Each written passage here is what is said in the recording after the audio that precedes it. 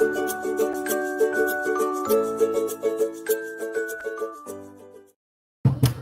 everybody, welcome to the adibiip Group Innovators Live Q&A, your daily live cast with Amir and Victoria, bringing you guys awesome intellectual property content, helping you guys navigate the business world. We're trying to get you guys smarter about patents, trademarks, copyrights, trade secrets, everything involving intellectual property. We want to deliver as much useful and valuable content as we possibly can to help you guys navigate the business world. We've been doing NFTs, non-fungible tokens this week. We're going to continue along that theme.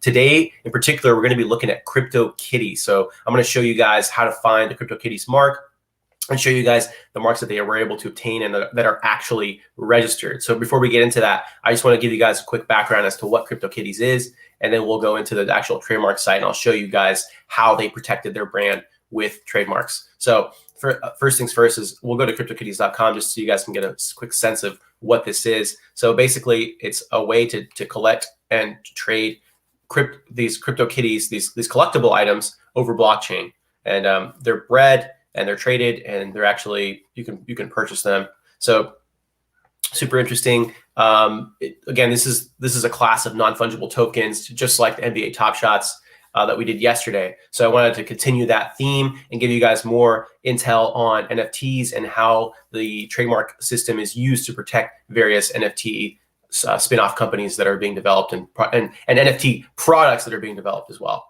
So as you can see, there's various options here. You can purchase with Ethereum. These are just some examples. I'll zoom in too so you guys can see a little more clearly what we're looking at. And we'll look at just a few more before we get into the actual trademark aspect of this. So as you can see, these are purchased and can be purchased and bred. So CryptoKitties, let's see how they're protected with trademark. Again, what I'm showing you guys here on this episode, you guys can apply to other parts of your business. So if you're interested in using these tactics, you'll be able to use this content. So first things first, let's go to tsdr.uspto.gov. That's a place to start, tsdr.uspto.gov, and I'll zoom in so you guys can see nice and clearly. What you're going to want to do is you want to click on search trademarks, and then we can just do a basic word mark search. And in here, I'm just going to type in CryptoKitties. I already have it filled in there, so I'll just do CryptoKitties, and then I'll do a search. As you can see, we're looking at two marks, and they're both, one is actually registered, so they already have a registered mark on CryptoKitties. Let's see if we go back all the way down, let's see if we can get some sense of, well, okay, all right, let's go back to the trademark site. So, okay, let's take a look at this first one. So this one's actually registered, okay, under class 25, 41, and 42. So 25 is covering apparel. 41 is covering online non-downloadable computer game software. And 42 is covering platform as a service, so PaaS services, providing access to crypto collectibles and application tokens. Now, this is 42. So this description is really what's covering the NFT aspect of this. So the non-fungible token aspect of CryptoKitties is covered by class 42 in this particular example. Yesterday, what we saw this for NBA Top Shots. We saw it was covered under 42. We saw it was covered under 41. We saw it was covered under 35, and also class 9. Class 9, remember, covers downloadable applications. So mobile applications on your phone, that'd be class 9. So one thing I want to show you guys real quick is that the filing date was 2017, and it was registered in 2019. So let's dive in. Let's take a look. Another thing I'll note is that this was first used in commerce in 2017. So this has actually been around for quite some time. I'm going to go ahead and click TSDR so I can actually look at the prosecution history, just so I can get a little more information and show you guys maybe some cool things about this particular trademark. Now, one thing you'll notice, it's owned by Dapper Labs. Again, they're the same company that put out NBA Top Shots, so based in Vancouver, Canada. And let's look at what was actually submitted originally. So the specimen was submitted, it looks like, in 2017, and then there were subsequent specimens that were submitted later.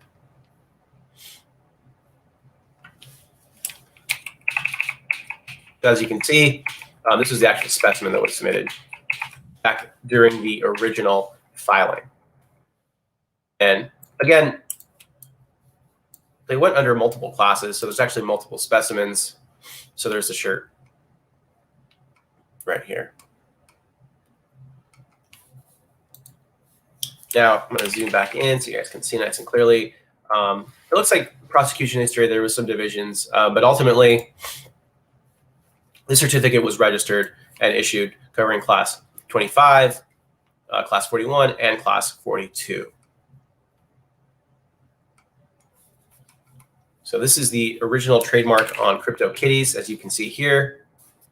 Now let's go back. Let's look. There was another pending application that they also filed. Let's take a quick look at that one. This is CryptoKitties. So this is covering class 9. And again, this is almost identical to what we saw with NBA Top Shots, except I'm not seeing a class 35, but maybe that's in the mix. Maybe that's coming.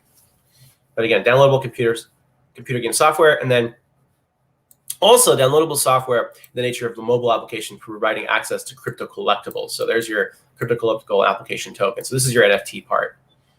And again, notice mixed basis 1B and 1A. Let's see what specimens they submitted in this particular case and when they filed it. So this was filed in 2017 as well.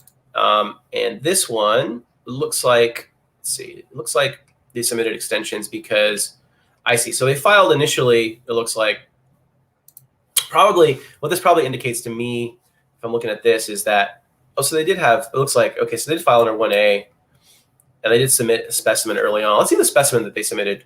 So this is the specimen that was submitted with the original application. Zoom out. Okay. And, okay, so it looks like they submitted identical specimens. Now, probably what happened was they didn't submit a specimen showing the ability to actually download a mobile application. And so here's the downloadable aspect. So they submitted a subsequent specimen showing the office where there was actually an ability to download a piece of software. So here's the MetaMask. Looks like just downloadable. And then let me see if I can, okay, there's more parts to the specimen. So additional information on MetaMask, it looks like.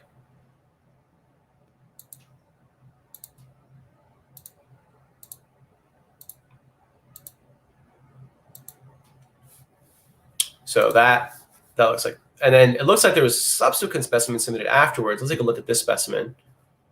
So here's the clothing, it looks like. And then eventually, there's now extensions of time that are being submitted.